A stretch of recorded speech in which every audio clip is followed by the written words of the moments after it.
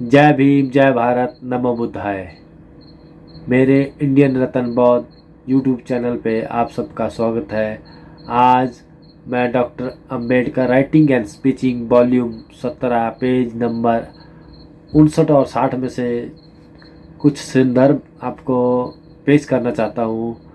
बाबा साहब लिखते हैं, कहते हैं, सबसे पहले वे कांग्रेस के हाई कमान के प्रमुख सदस्यों की मनोवृत्ति को देखें जो अतीत में कांग्रेस के भाग्य निर्माता रहे हैं और फिलहाल कांग्रेस की डोर जिनके हाथों में है। बेहतर होगा कि तिलक से आरंभ करें।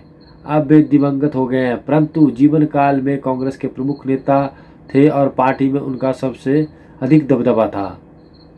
श्री तिलक ब्राह्मण थे और शासक जातियों से समृद्ध थे। वैसे वे स्वराज्य आंदोलन के जनक कहे जाते हैं, परंतु शोषित जातियों के प्रति उनकी उपेक्षा सुविदिता है। स्थान भाव के कारण मैं यहाँ शोषित वर्ग के प्रति उनकी मनोवृत्ति का मात्र एक उदाहरण प्रस्तुत करता हूँ कि जो शोषण जिस जातियों पे हो रहा है उनके प्रति उनकी क्या मानसिक संतुलन था, उनके मन में क्या भाव रहते थे। वो कहते हैं कि 1918 में जब गैर ब्राह्मण लोगों तथा पिछड़ा वर्ग के लोगों ने विधानसभाओं में अपना पार्थक प्रतिनिधित्व के लिए आंदोलन आरंभ किया तो तिलक ने सोलापुर में हुई जनसभा में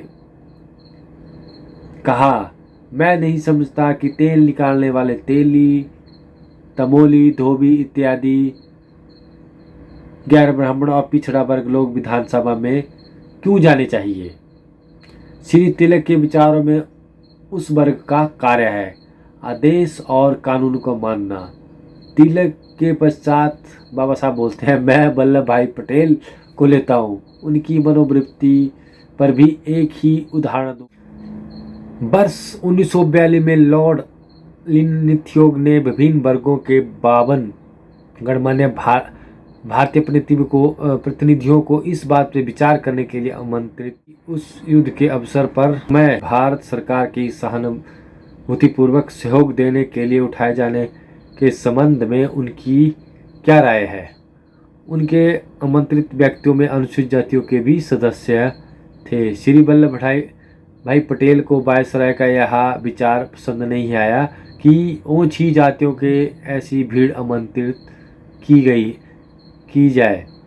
उस घटना को तुरंत बाद वल्लभ भाई पटेल ने अहमदाबाद में हुई जनसभा में वायसराय ने हिंदू महासभा के नेताओं को आमंत्रित किया, मुस्लिम लीग के नेताओं को बुलाया, तेलियों, मोचियों और अन्य लोगों को आमंत्रित किया। यद्यपि श्री पटेल ने अपनी ईर्ष्यालु और कटाक्षपूर्ण भाषा में तेलियों और मोचियों का नाम विशेष तौर पर लिया, परंतु उनका भाषण इस बात का संकेत करता है कि शासक वर्ग तथा कांग्रेस हाईकमान के सदस्य इस देश के दमित वर्गों के प्रति कैसे अपमानजनक भावनाएं रखते हैं, कि उनकी मनोवृत्ति, उनकी दिमागी, वो उनके प्रति उनका कैसा व्यवहार है, कैसी भावना रखते हैं, ये बाबा साहब लिखते हैं।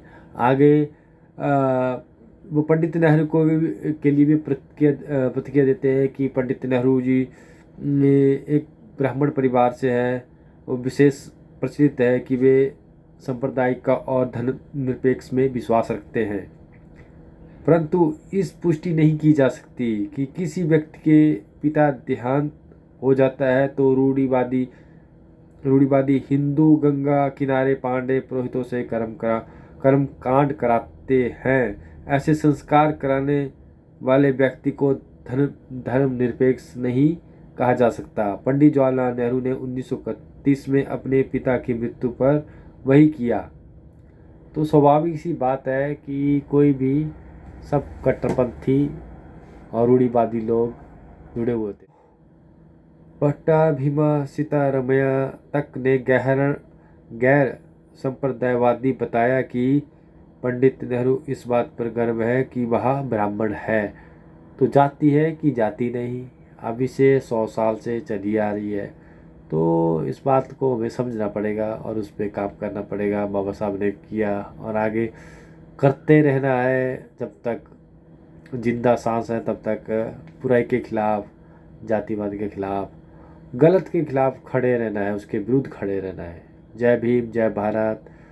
ये यहाँ संधारा volume 17, doctor Ambedkar writing speeching volume 17, Hindi का पेज नंबर 59 और 60 में से लिया गया है। देखने के लिए धन्यवाद। जय भीम, जय भारत, नमो बुद्धाय।